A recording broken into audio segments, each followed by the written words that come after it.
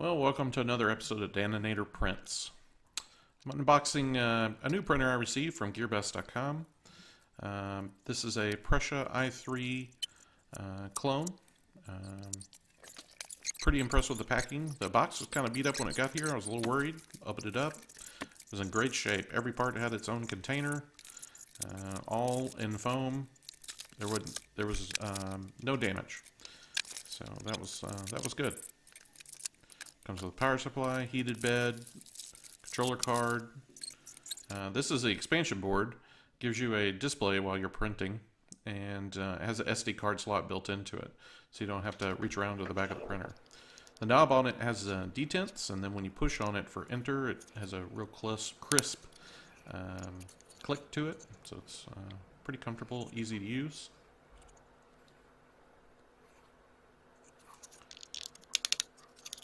Right above it is a little speaker that beeps as you make menu selections.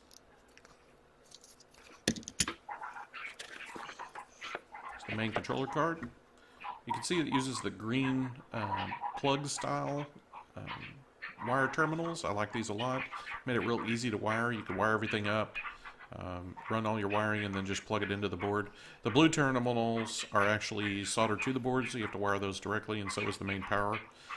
Be careful when wiring the main power. It doesn't have any lugs to keep it secure, so the only thing connecting it to the board are the actual solder terminals, so it twisted a little bit when I was mounting it. This is the extruder. I like the fact that it was pre-wired and pre-assembled. Already had the linear bearings and the fans installed. One thing I didn't like was the fact that the fans are all wired together, so when you're cooling for your print, it is actually cooling for your extruder, and I would much rather have the extruder run the entire time. The extruder fan, I mean. Alright, so now I'm starting assembly. I'm pulling all the paper off all of the acrylic pieces. The laser cutting on the acrylic was really good. I didn't have to weed out any parts or take a knife to anything. There were a few parts that had the cutout plastic still in it, so I had to take a little screwdriver and punch them out, mainly for the screw holes. Nothing major though, nothing was hanging. All came out very clean. Whole thing is made from 8mm and 6mm acrylic. Real thick, real heavy duty. I was impressed with all that.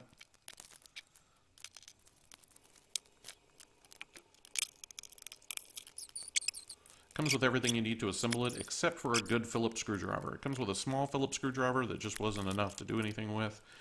So I did have to raid the toolbox to get a decent Phillips screwdriver. Everything else, I used the tools that were included, including a wrench, and all the Allen keys, and a blade head screwdriver.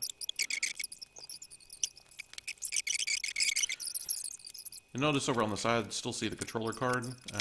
One thing to note is the controllers for the stepper motors are the plug-in type, so if you blow one, you can just get a replacement one instead of having to get the entire card, which I like. So assembling the main chassis now, everything kind of slotted in, no problem. It is important to note that the front panels are left and right, dependent upon the orientation of the Y motor mount. So you kind of have to watch that. I did it backwards and had to later go back and unassemble it and assemble it correctly.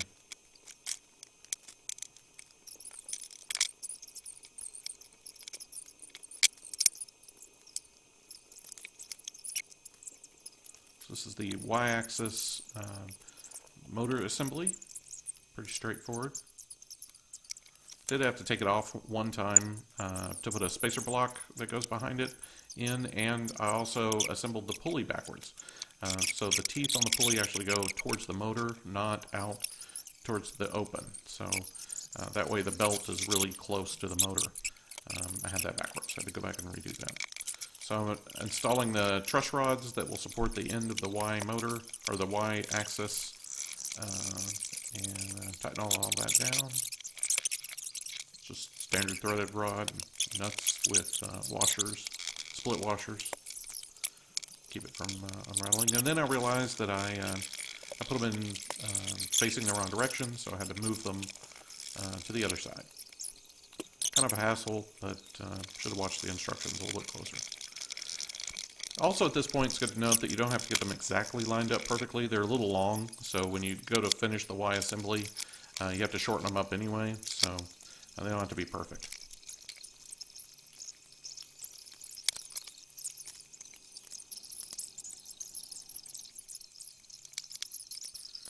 So I'm installing the Y-axis pulley assembly, and kind of wondering why it's not lining up, and then I realized, oh, it's backwards. So I have to take it apart, mount the Y-axis pulley assembly on it, and put it back on and go, oh, that works much better. So this is the lower heated bed Y-axis assembly, kind of the carrier board for the linear bearings. It only came with 3, so 2 on one side, 1 on the other, which is kind of odd. I guess it's cost savings, but it works fine. Haven't had any issues.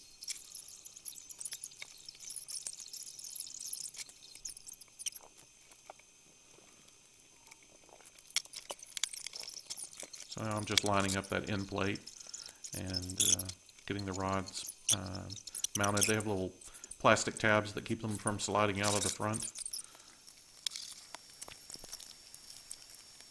So now I'm assembling the, looks like I'm doing the Z-axis there.